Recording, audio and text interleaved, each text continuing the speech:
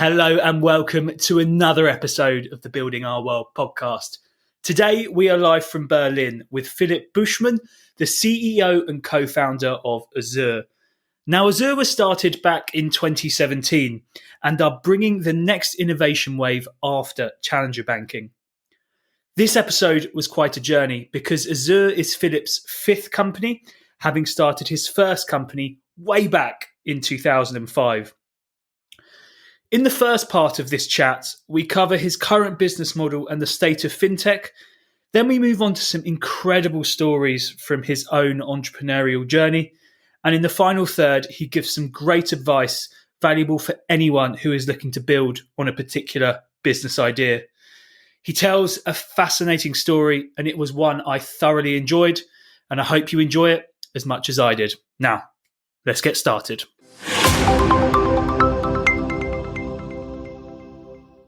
So, Philipp, welcome to the show. How are you doing today? Thank you for having me. I'm doing great. Thank you.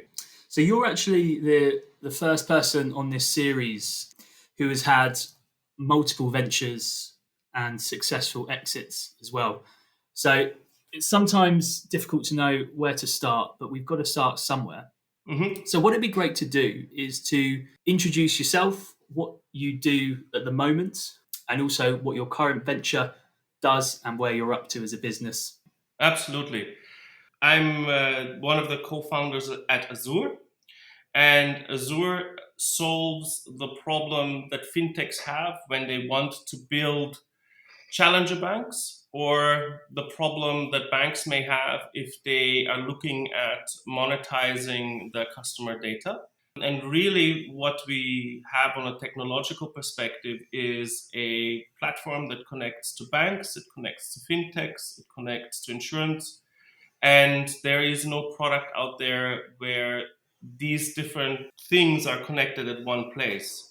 If I want to compare that to something, a little bit more everyday, I would say is at some point, somebody had to invent the mall. Before that, you may have gone to the shop to get your steak and another shop to get your tomatoes and your salad and all of these things. But what you find is, of course, it's much more convenient if you can go to one place where the different services are known to be of high quality, they're known to work well together, and you don't have to have do the hard work of driving everywhere. It's already in one place. Okay, excellent. So with AAZZUR itself, it was started in 2017. So how did, I know it was probably it's probably your sort of fourth or fifth venture. Where did that idea come from for this particular company? So I come from a family of entrepreneurs. My mom divorced my father at age 7. We had nothing, and she got into the real estate business, and by the time I was 12 or 13, she had like 50 buildings and restaurants and hotels and everything. Wow. So, and my father he's a financial. He used to work for KPMG, and he's one of the smartest tax guys you could find in Austria. And so there's like these two different things that have been pulling inside of me. And I personally started as a programmer. Quickly moved over to the business side, became a strategy consultant, did my MBA, and just had the opportunity from a friend that said, "Hey, listen, how would it be like if you did a business plan for an oil company in Texas?" And I knew nothing about oil at the time. Where did that come from? I don't know. Just say yes, right? So. They said, and at the time I was an associate at Booz Allen Hamilton, and I was building like online banking systems and things of that nature. And I went to my partner Hugo and said, "Hey, I have this crazy opportunity to go for 3 months to Dallas and meet some people, and based on that, write a business plan for something I know nothing about. And, can I take a sabbatical or something?" And he said, "Look, if you don't take this opportunity, I'll fire you. And you're welcome to come back over anytime the next year. I'm going to give you, if it works out, doesn't." So, and there I was in Dallas. And I met with a bunch of people and hired a team. And we bought some oil leases, we drilled some wells, we found oil, we reversed into another company so that we all of a sudden were public. So we went public. And all of this happened really, really quickly. And I thought, oh my God, it is so easy. How long did that take you to go public? I was within a year. I don't remember exactly. It's a long time ago. And also I was a very arrogant little boy because, you're 27 or 28 years old. I don't remember, but something like that. And all of a sudden, there's a lot of things that you can claim credit for, but of course the oil price was going from 40 to 50, 50 to 60, 60 to 70. And the investors wanted to get into this area, and it helped that we got lucky to find oil in the first time we drilled something. All of these things that I had absolutely nothing to do, but at that time you take credit for it because that's how psychology works. And all of that went to my head. And I left that company and then thought, okay, now this time I'm going to build another oil company, but with even better people, with properties and everything. And I did that, and we really had a much better. The second company I built, and the oil price and the financing was already like semi sorted out. It was, this was going to be huge. It's going to be a unicorn. And the oil price started going 150, 140, 130, 120. And then we had and then we had 2009, 2008, the financial crisis. And I was so naive that when I on the TV saw that there's trouble at Merrill Lynch, Bear Stearns, and all these companies, and they might collapse, I was like, well, that doesn't affect me. I am not in banking. And how wrong I was. We couldn't finance the company. We had to basically divest the assets, and that was it. So, and that's the first time I really, really felt I had failed at something, and what could I have done better, and and it hit me really hard, and it cost me probably 20 kilos of weight, and and almost all my savings and everything. It was a really dark time. And I just said, okay, well, look, a few lessons to learn, and I think it's something it's good for everyone. Don't move into something where you have no control over the most important factor, which is in this case was the oil price. That's for people who have really many more years of experience. Yes, it was fun. It was the right thing to do. Yes, I learned a lot. But either all the people are smart or all the people are stupid, depending on how this one number moves, right? And it's the same in the stock market. When everybody makes money and everything goes up, they all think they're geniuses, and the years that everything goes down, there's only idiots. And of course, both of these things are not true. So I went back to FinTech. So that's how I got back to FinTech and helped a payday lender, helped people raise some money in London.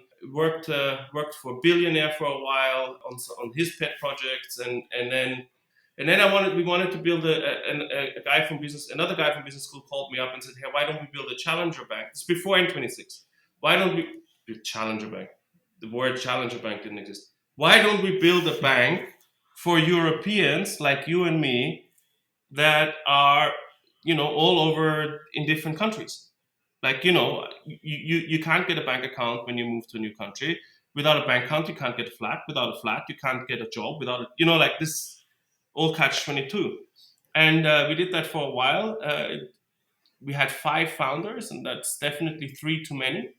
And parted our ways. And on the parting of that ways, I'm very sad that it happened the way it happened. I lost a good friend there, probably.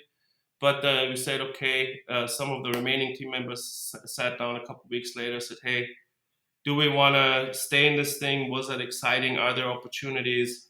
And sorry for this long answer. This is how we got to say, yeah, I think there is a huge amount of opportunity in FinTech, in connecting different people together. At first, we still thought maybe we should build this kind of a challenger bank in this kind of market. Anyways, we still liked it. But at Techstars, we're a Techstars company, all of the investors said, you're crazy to start a challenger bank. Like you said, it's crowded. You'll never raise the money, and we then pivoted towards a B2B to X strategy. Wow, it was quite a journey. So let's go back and dissect a few bits of what you said. I really want to pick up on. And the first one is the importance of timing in entrepreneurship and companies. A lot of people say that the timing of your idea in the market is probably the most important factor. I gave an example in another podcast episode about how YouTube was really successful because the bandwidth and the internet was just right at the time. Same with Netflix and things like that. And people look at, say, for example, Mark Zuckerberg and think, wow, he must be a genius. And he's obviously a very clever guy and an incredibly clever businessman. But the timing has carried his business so far, and you almost get the wind in your sails. And a massive mistake I think people make is, and I guess you made that mistake as well the first time around, is that all this good timing you think is all down to you. And you must have literally thought you could walk on water a year after, going public so quickly. Yeah. And then obviously you're tying yourself in, that becomes a part of you. And then when things go badly like they did, when it all comes tumbling down, you feel equally as bad. So where would you rank timing in a key ingredient for startup success? I know people talk about the founding team, the business idea, all that kind of stuff. Right, this is such a good question. And I feel that there's probably people, there are, I think, competing answers to that are equally valid. When I look at, say, a Steve Jobs or an Elon Musk, who have repeatedly, of course, they also had to learn, right? Who have repeated the impossible over and over again. It makes you think that timing is for, just that category of founder below that, superstar level. Because that superstar level, they have a kind of, it's just different for them. And for them, timing is just another part of their strategy. Yeah. Right? So they're like, well, what are core competencies? What are we good at? Let's figure out what we're good at. Where's the market going to be in 10 years' time? So timing is no longer important. That's for those kind of people that have that kind of insight, that kind of strategy, and that make the future happen. For most other healthy entrepreneurs that are still super smart and super driven, timing is incredibly important in the sense that it can eliminate you, right? But again, I think it's an important quality. I think, building the next card and account only N27, there's no point. Forget it. Yeah. But of course you could innovate on that, and I've heard a couple, just in the last couple of weeks, I heard of a couple very interesting business propositions that I think would have a real chance right now as a challenger bank. So I think that there's other qualities that you have more of a control over. That humility, being a nice person, is a superpower. There are some founders I know, for example, the founder of Penta Love. I wish I could be that nice. And because he is such a great, nice person, that opens doors. And it's the only, you can choose to have that superpower. And it has to be genuine. You can't, so you can only better yourself. So I think, those kind of things play a role. To that, so I say yes, timing is important. Be first or be best. And it's easy to be first than to be best. Yeah.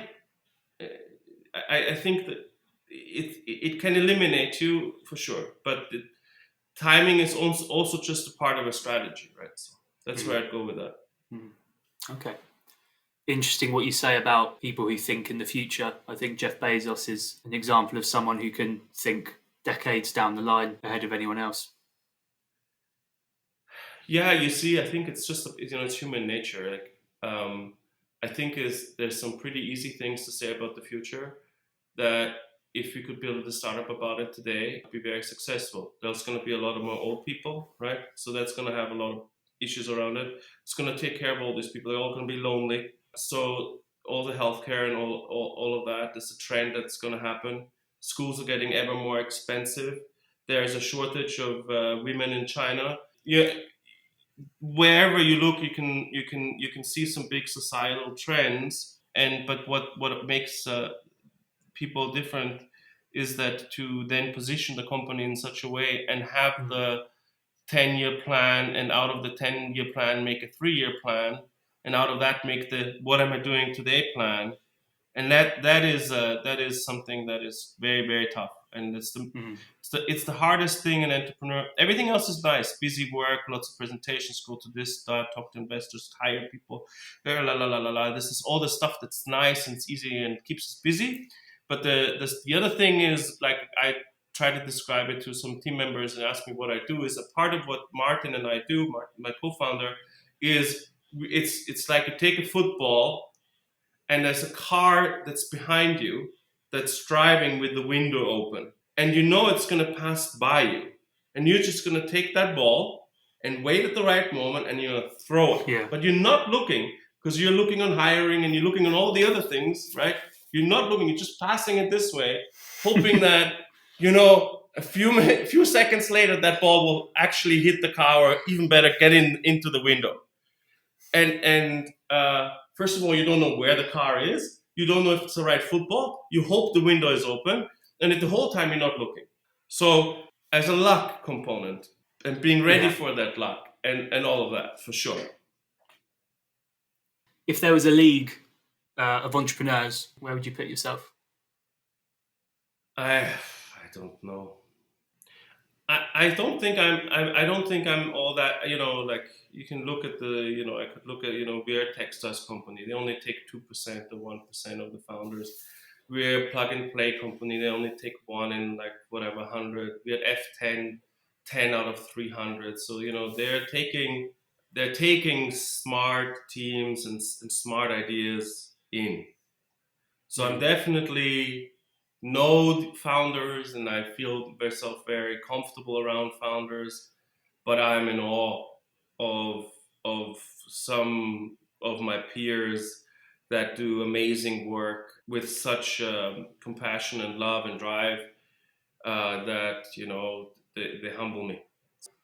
This is difficult to have that level of introspection. I think you have to be yourself, you have to be genuine, and most important, you have to be realistic.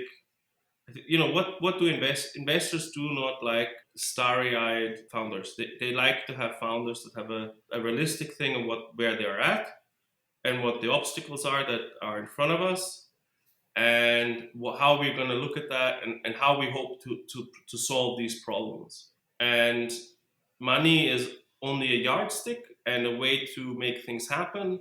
I don't think you'll find a lot of entrepreneurs the best entrepreneurs are happy to have that money and that success, but they don't look at money at this. If you want to make a good amount of money, don't become an entrepreneur, right? Because the chances are, I like to. How many people win the lottery a year in the world? 100, or say 1,000? How many? 1,000. How many? Say 1,000. How many founders can you name? Not many. Significantly more people win the lottery than a founder that you could name every year. Yeah. So if you go into this business, it's like acting. You have to do it because you love it, and because you want to build a company, and you want to build the greatest company on earth, and you think you can make it, and you have a good idea, and then you work your ass off, and you will get knocked around, and the world will happen. All of a sudden, one day a war starts. All of a sudden, the banking system collapses, and the world changes, and you have to react. And if you can react, so that's the game. And if you don't, so it's like acting or becoming a chef or any of those businesses where you're doing it because you're passionate about it, because this is what makes you tap dance. Like what Warren Buffett said it, I'm not sure, but you tap dance to the office. That's what you want to do. How much did money matter to you at the start compared to now? I never thought about the value of money until my second company failed. It was always there. I could always make it. And then when we had the financial crisis, 2009, 2010, it came to the point where, well, first of all, I had put a lot of money into the second company that company went nowhere. And after that, I really had to learn to deal with that failure. And it came down to where basically had, 20, $40 on the table. So, okay, I've got to start again from this 10, 12 years ago, So you got to start again from scratch. Here's your $20. And then you start thinking about the value of money. How long? That's 2 weeks I can eat with that. Some rice, some beans, we're good to go. But of course, it's a privileged point of view of that, in the sense of I have a great education. I have an amazing network of friends, investors, and people that mean me and our company well. Nothing happens in a vacuum, And if I don't have a team, I'm the dumbest guy at the table. Because what's a founder do? You motivate people, you have ideas, but at the end of the day, maybe you can program, but after about the moment the 3, 4, 5, 6, 7 people are in your team, you're not doing that anymore. So you're nobody without the people that are around you, and it's another thing you learn. So to answer your question, is how important is money to me? I need to make enough money to live and survive, and I need to create successes so that I drive value in the company, and that's the most important thing. I don't have children yet. Once I have children, the matrix will very change. Yeah. And then I should follow my father's advice. Why don't you work at Google? Or why did you not stay at Booz Allen Hamilton? I want to come back to that when your second company failed. The reason is 2020, a lot of companies got into a lot of trouble. And there may be people listening who are in that situation. So you've just been humbled. You've got enough for your rice and a place to sleep. Yeah. You mentioned you dealt with that failure. If you go back now, and it was a long time ago, how, more mentally, how did you get yourself out of that from someone who literally, thought they were the Jesus of starting companies and having so much success? How did you climb out of that low point? I was very fortunate. I was fortunate in a couple of dimensions. First of all, I could couch surf probably for however long I wanted. I have enough friends around the globe, right? So that's one. I did have a flat. I then stayed with my brother. And my friends are like, I still had enough savings just at that time that I basically didn't need to work for, I don't know, it was a year or so. And of course I did bits and bobs and had some ideas, but I wasn't really motivated, and I hadn't really processed what just happened. And my friends just say, I almost got a job to a brokerage company in the city. Okay. I went for an interview a friend had set up for me, and I went into this interview, and we talked for 10 minutes, and then another guy came in to interview me, and then the partner was sitting there, and then they said, listen, we don't have any jobs, but we'd give you a job. If you want a job, come drink with us now, and just come start working, kind of, yeah? So this was the implied offer. Mm-hmm. And I said no. I didn't know I was saying no at the time. I said, I don't have time tonight, which was bullshit. I would have had time tonight. But I walked out, and then only I said, oh my God, well, I basically just turned them down. What's wrong with you?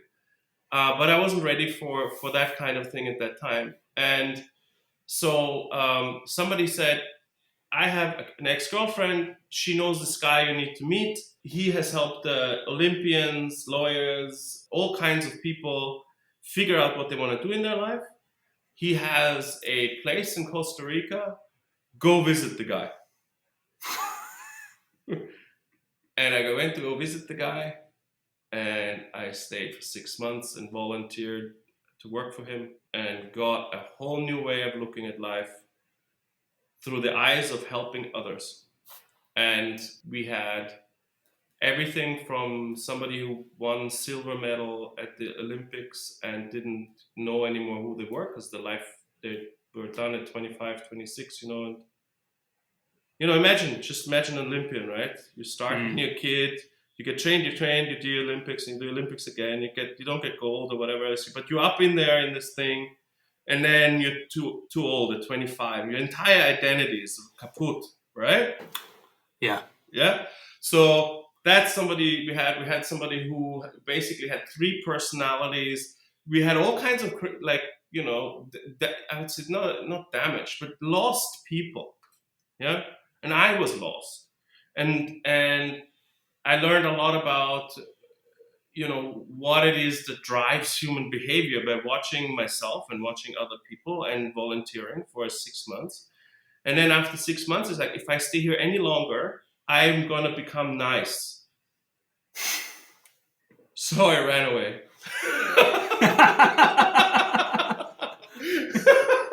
Yeah, so I ran away, flew to New York, and immediately went to go, meet some girls, some boys, like going out, and just like everything opposite. But what I just, it stuck.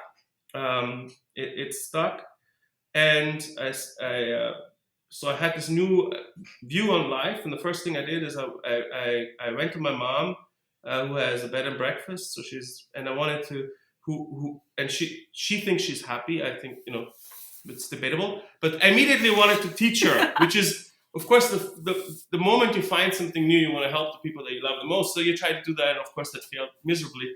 But in that process, I got the motivation to start thinking about what I wanted to do, and so I thought maybe I should help other startups. That was the thought at the time.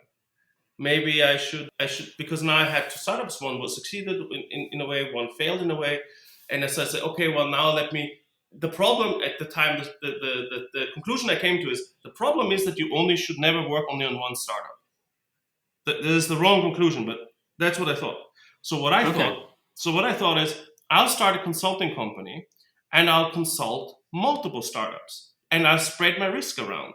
I ask each one for a small fee, and maybe a little bit of equity, and I'm like the entrepreneur in residence in multiple startups. This worked okay. I could make a living from it, but there's two problems. Startups don't have money to pay anybody, and at the end of the day, nobody wants an advisor. So even though you give good advice to the startups, they very rarely listen to you, or at least they didn't listen to me because I didn't know how to make them listen to me. And so I did that for a few years, and I helped some companies that are still operating today, and some, of course, didn't go anywhere.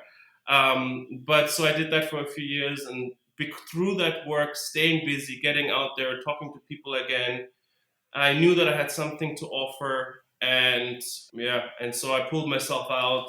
And I have to also probably credit my wife that I met after coming back from Costa Rica. I met my wife 6 months later, and we got married last year. And she is a no bullshit lady, so she keeps me on not being able. I don't allow myself to go too deep into thought. Just do everything and get started. It's like like one of those flywheels, and you just have to keep pushing and pushing. And I got out of that, and she's amazing. So I married her, yeah, and she married me. Silly woman. Amazing. It's amazing throughout all that time, those low points, you never thought about or never did properly, think, I should probably just get a job in Costa Rica. I tried, no, but this is the thing. Once you're an entrepreneur, try to get a job afterwards. You have to get to a certain level of success, and you can be they say good leaders make good followers, and I think that's definitely true. But in large companies, roles are very specific because they're large, right? And as an entrepreneur, founder, kind of CEO guy, you a generalist. So it's hard to find a job out of that. Where would you apply? Yeah. Right. Yeah, that's a good point. So you've been in the game now for so many years, ups and downs, multiple ventures. True dinosaur. How are you measuring success now? What does success mean now? Overcoming the obstacles that present themselves in a reasonable amount of time. And so, it doesn't matter whether you're Mark Zuckerberg or whether you are just a freelancer. You have problems you have to overcome. And if you sit still and do nothing, then it's almost assured that the problems are, ahead of you. Alternatively, the other option is you could run like a headless chicken and try to do too many things that don't work, and so getting that balance right, where you are working on basically looking at a problem, analyzing the problem, looking at data, being neutral, so that you can look at things in a neutral positive way. And then acting on that information in a reasonable amount of time will lead you to success. So that is the process to success. What success looks like, I don't know. I'm living it. I'm enjoying every day. I'm of course not every day is great. Every day has new challenges, but if I know my company didn't exist, or our company didn't exist 2 years ago. Here it is. It has its problems. It has good things. It's bad things. But it's growing, and it's getting recognition, and it is, and it definitely solves a problem, and people are becoming aware of that. And so, success is overcoming the next thing, and the next thing is how do we grow this thing, and how do we increase the type of client that we can work with, so we get the right kind of client at the right kind of value. That's the things that we're overcoming at the moment. And when we overcome that, then the next one will be how do we scale this to 10 times its size, and then the problem will be how do people learn from each other in the company, and then the next, it never ends.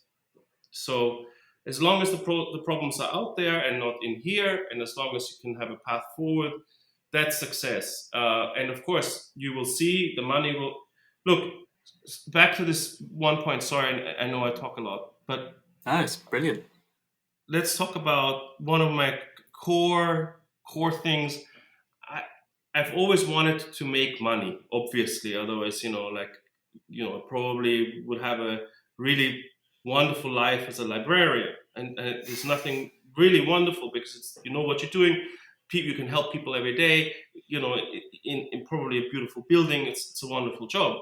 But I'm obviously much more financially ambitious and growth ambitious than that. And so from a very young age, I thought, how do you make money? And one of the things I thought is well, you just have to be close to money. Bankers make more than consultants. And anything that's very close, and the further away you are from the money, the less money you make. That was my hypothesis at age 20. And today, I think that's wrong. The money you don't make money by being close to money, because otherwise the cashiers at Penny would make a lot of money. So you make money by what money chases. So you don't chase money, but chase what money chases. And so therefore what do I mean by that? It's if money chases perfection, it chases brilliance, it chases new ideas, it chases, performance, it chases uniqueness, right? So you can be the fastest at something, the best at something, the most interesting at something. You can build something great. You can make, whether it's an artist or whether it's shoes or FinTech products or whatever it is. If you chase what money chases, then you never have to worry about money. So this is why people say follow your dream. Right? That's why they say that. They say follow your dream, because as long as you follow your dream, money, and it's true. And it's very true. I'm sure that Mr. Attenborough isn't the guy, the nature documentary. Yeah. He never worried about money. I'm sure he's very successful. Oh yeah. Right? Chase what money chases. That weirdly makes sense. The richest people in the world, they never set out really to be the richest people in the world. They set out to solve a problem. Yeah. build amazing products. Be the best violinist. Be the most creative musician. Be the best mother you can be, and even then, you probably don't have to worry about money. It'll all sort itself out. I think the people that have the hardest time are the people that are asking themselves, how do I become rich tomorrow? Or, and I think that's difficult because a lot of people would like to be rich tomorrow. And if it was that easy, then of course everybody would be doing it. So it's not. Yeah, I think social media plays its part there, with everyone sort of flashing the stuff on Instagram and Facebook. One thing I did want to ask. I don't use Instagram. Use Instagram? Yeah, you I probably use use Instagram. Yeah. How do I you use like it? Instagram. Does it make you happy? Because my wife just got into Instagram and they're now stuck on it. So is it a good influence or bad influence? So when I was probably a few years ago, when I was sort of just turning 20 or early 20s, I'm 26 now, it definitely had a big effect on me. There'd be people there, with their nice things, nice restaurants, nice holidays, in great shape. And you kind of did want to be that. Now I'm a bit older and got a bit of perspective. I can kind of see through the bullshit. But you kids growing up now, they literally go to restaurants or go to places just so they can get a picture and put it on Instagram, and so they can get that validation. You post a pickup and it gets like 50 likes in 10 minutes. The dopamine rush. That's what kids love now, and that's what people sell off as well. So it's I think it's Instagram especially. Obviously, you can build businesses on it, but it's messed a lot of people up. Yeah. I know. I mean, I know one influencer friend of mine, and she's her life has been transformed because wherever she goes, she now has to, she is the product, right? So yeah, right. Yeah. Well, if you figure out how to build an Instagram, though, it makes if you know how to distribute dopamine in a digital form, that that'll work. Yeah, that's literally what influencers are all about. Touching on that actually, because starting a business now and building up a brand on social media, or even just the power of the internet and the low barriers to entry, you can see it in your industry with challenger banks. Although it's still sort of expensive to the normal person, it's so much easier now. Yeah. Is it easier to start and be successful in business in 2020 or 2021 once the world settled down a bit than it was for you back, was it 2005 you first started? Wow, that's good research. Yeah, it was 2005. I left consulting as an entrepreneur.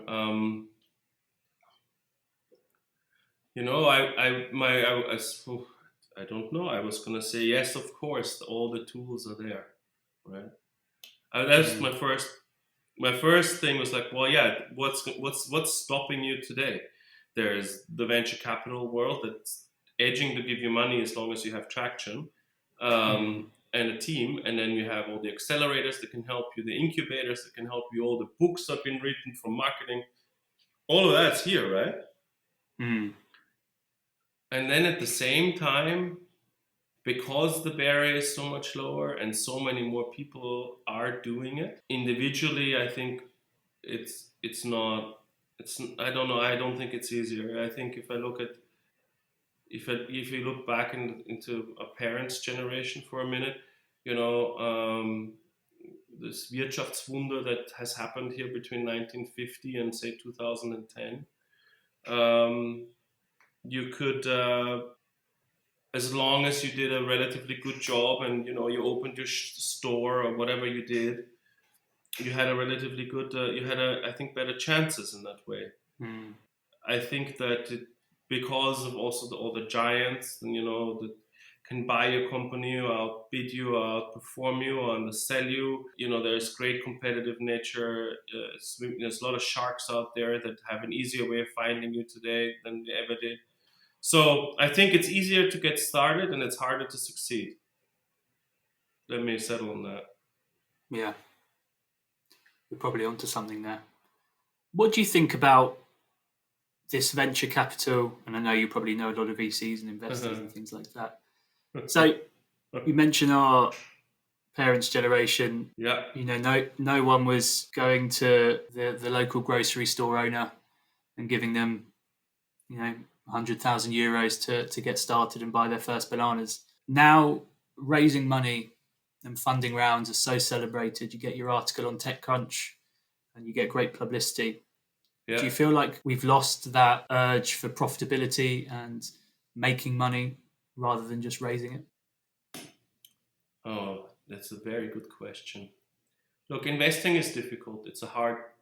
I can give you the entrepreneur's perspective, but at the end of the day, being a VC is really hard, and only 10 or 20% of them really take their job, do their job in the sense of what venture capital is, meaning taking a risk, not on some numbers, but like looking at a team, a company, a market, and a vision of where something could go, and trusting this team with 10 million euros or whatever it is, right? And then that's very, very difficult. Very, very few VCs are in that game. And then there's a lot of VCs who are like, they're Series A, Series B, Series D. They see certain growth trends. They've seen the other people who have invested, and they're going to drive this company to success because they can pour more and more money into it until it works. That's in some ways good for startups because it is a meritocracy, so everyone can enter in this game. You raise your money, you have already sold your company, in the sense you've already decided one day that you're going to IPO it, you're going to sell it. These people don't want to stick in this company for 10 years. They want to be in and out 5 years. They want to go next fund and find other startups, and they don't want to have too many troubles along the way. And this is difficult to find these kind of companies that can truly do that and change the world. And so and then also they help you, right? So it's I know some VCs that are truly, truly insightful, and I know some venture partners who have become good friends of mine. So that's one thing. On the other hand, it is, look, why did we decide one day that we're going to do the next round of funding for whatever? Let's pick a number, 5 million euros, because the financial model says that's how much money we need for the next 18 months. And that's the right way of doing it. And then, maybe you run out at month 12, or maybe you don't run out at month 18, but it's only 24. And in the middle, you're supposed to do another funding round. And all of a sudden, the people that are good at fundraising are not necessarily the same people who are good at growing a company, right? Why is it a pitch competition that determines who gets money sometimes in early stages? What's it got to do with the pitch? The pitch is supposed to be a pinnacle of a founder encapsulating and telling them the vision of the future and the product and how amazing, la la la la la la. And yes, it's important, but and it definitely suits my personality type. Somebody who likes to talk a lot, think a little bit, be interesting, hopefully, and have a laugh. Yes, but I think that there's a lot of people who can't fit into there. There are introverted people that are great, would make great companies, but the system doesn't serve them. It's not for them. It's not that they don't know how to talk to investors. They don't have the language. They don't have and then it's incredibly important to, first of all, honestly talk to your investor, take the opportunity, make sure you get the right investor. My God, you have the wrong investor, your company's finished. And so be selective and be honest, and definitely tell them how you think about the future, and don't be afraid to disagree, because nobody you can't. You just gotta be yourself. But so how do I feel about it? It's just how the world works. I can't hate the game, not the players. That's how it goes. You have to play in that game. That's how it is. 18 months is supposed to be how much you do a round for. Somewhere between 15 to 25% of your equity needs to be at each round. Leave enough equity so you can get to Series D, E, F. Make sure you can IPO in year 5, 6, 7, 8. These are the things, right? Very interesting. What other way? There's the private equity. So in oil and gas, it's more the private equity way, right? So where they say, okay, well, how much money does this thing need? Okay, it needs 100 million. Fine. So we'll give the management team gets 20%. We take 80%, and we're going to give the 100 million in tranches to this management team. Right? It's another way of there's many, but that's another way. Venture capital is great if you are willing to blow your company up to 1,000 times its size, and you have a strategy that allows you to scale at that speed that it is required, and then venture cap is for you. And they're very smart people there. There's a reason they're this smart. They're usually entrepreneurs that have done great things themselves, and they can be your best pals. But if that's not the company you want to start, then of course, where do you go then? I think there's a lot of government money, a lot of grant money in Germany and the European Union. That's also let's put it this way: there's other sources. There's alternative funding routes. I know a guy in the UK who really figured out how to write Horizon 2020 applications, and I think he's got 3 companies that are in like the second stage. The guy really just has amazing ideas, knows how to write them up, and that's. So what's that? What did he write up? Was it Horizon? Horizon 2020 is this fund by the European Union where they basically you apply, and the first time you get 50K, and the second time you get like, I could be wrong, like something like 2 million for the investigative, and then for the growth, and these are given as grants, I believe. Okay. Don't go. So as long as you find a topic that the European Union is interested in, and you know how to write it up right. So there's other sources of money. Friends, fools, and family. Amazing. So we will wrap up soon. So what do we do, Philip? If I'm a software engineer or just have that entrepreneurial spirit, it could be someone who's fresh out of university or school, or even someone later on in life who feels like they're stagnating in a job or even in their own business. What do we do? What is the few bits of advice you would give to someone if they were sitting in front of you and that they wanted your advice? I always tell them, read the Lean Startup, right? Mm-hmm. It gives you a way to think about entrepreneurship and a kind of a roadmap of have an idea, validate the idea, pre-sell the idea before you sink 5 years of your life into a product that nobody wants. It's hard enough. There's hard enough things anyways. Try to find somebody. So that's one thing I say to everyone. The next thing is try to find somebody who's done it before. So that's what an entrepreneur told me very early on. Try to find somebody who started something similar to you that wants to be your mentor, that can help you. Because really everything is easier the second time around. Anyone who's ever tried to ask a girl out in high school knows that this is much improved with practice. And so it's the same is true for asking for investment, for trying to hire someone, for trying to file taxes, every aspect of an entrepreneur's life. Try to find somebody, then try to find a co-founder. It's my third thing I would say, is find somebody who is, if you meet my co-founder Martin, or our other also co-founder, definitely in spirit, Richard, who's a good friend of mine since we're 10 years old. If you see us in a room, the 3 of us, there's very different people. We hardly ever agree immediately on something.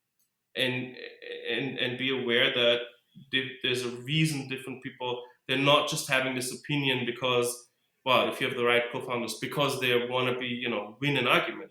They have a reason from experience or from their upbringing or from their values and morals or the culture you have at the company to have this point of view. And with that point of view, it makes you stronger. That's immediately, you have to accept it. And Martin for example, is an incredibly detail-oriented individual who can, without a doubt, see opportunity in things that other people can't see, in the way contracts are written, in the way that you structure something, in the way that a market operates, the way you talk to people. He's brilliant, yeah.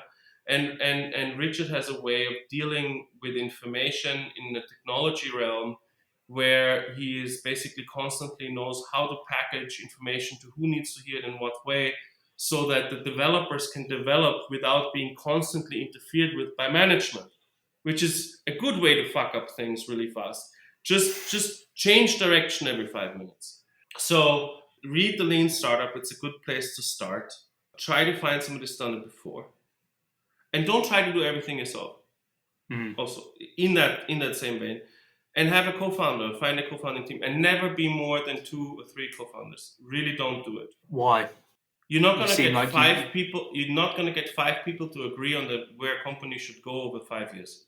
There's just no way. There's always going to be 1 or 2 people, and I'm guilty of that as much as anybody else, who says, no, I want to go here, and the other person wants to go there, and then life happens. Yeah. It's a marriage. It's like Martin says. I have 2 wives. One is Philip, and one's my real wife. It's the only 2 people I take shit from. Yeah. Right. Yeah. And you're in this thing. You see each other for maybe more hours than you see your family sometimes. Yeah. And that means you have to be respectful of that. And now I'm at so that's 2 co-founders. 3, okay. Can you imagine a polyamorous relationship with 5 people in the same flat for 5 years? Probably something's not gonna work out. Yeah, you make a good point. So we're going to wrap up soon. If someone wants to get hold of you, I was gonna say. So if you're, let me just get that out there. So if you are I strongly believe in #GiveFirst. If you are a founder with an idea and you want to run it past me, 20 minutes, 30 minutes on a call. If you just pitch it to me, tell me what you think, and wanna just whatever. Maybe just have a chat about life like you and I did, but whatever. That's always every entrepreneur I give that to. Maybe it helps. So the door is open for that. It's amazing how willing people are to give their time and really want to help, because I think they always see a younger self in the person asking. There's no better job than being an entrepreneur, and there's no worse job than being an entrepreneur. So might as well give it a try. Yeah, exactly. Well, I'm still really early on in my particular journey. And what about if someone's listening and is interested in AAZZUR, is the website and getting in touch with the sales team the best way? Just you could contact Martin, you could contact me, you can contact Laura. So it's MD@AAZZUR or LK@AAZZUR or PB@AAZZUR, AAZZUR.com. That's one way. If we don't answer immediately, just email us again or call us. If you want to build a challenger bank, talk and you're motivated and you have an idea, talk to us. If you want to monetize bank data, if you want to build the next FinTech, next InsurTech,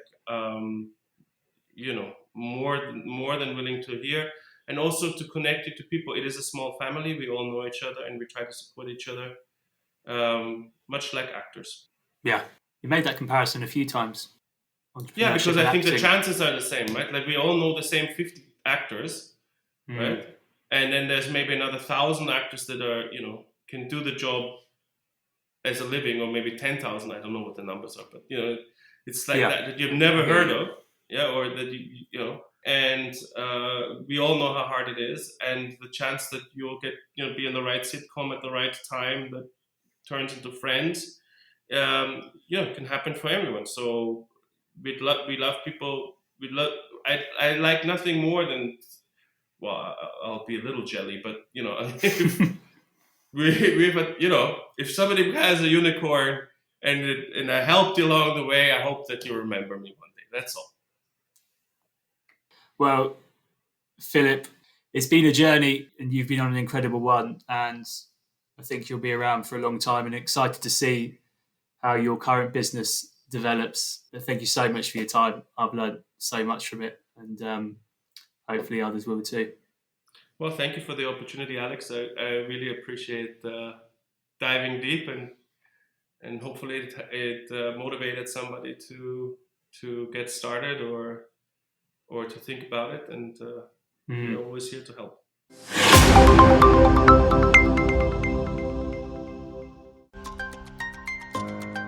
Thank you so much for listening to the Building Our World podcast. To show your support and to stay up to date, then be sure to hit that subscribe button. Until then, I'll see you next time. Bye-bye.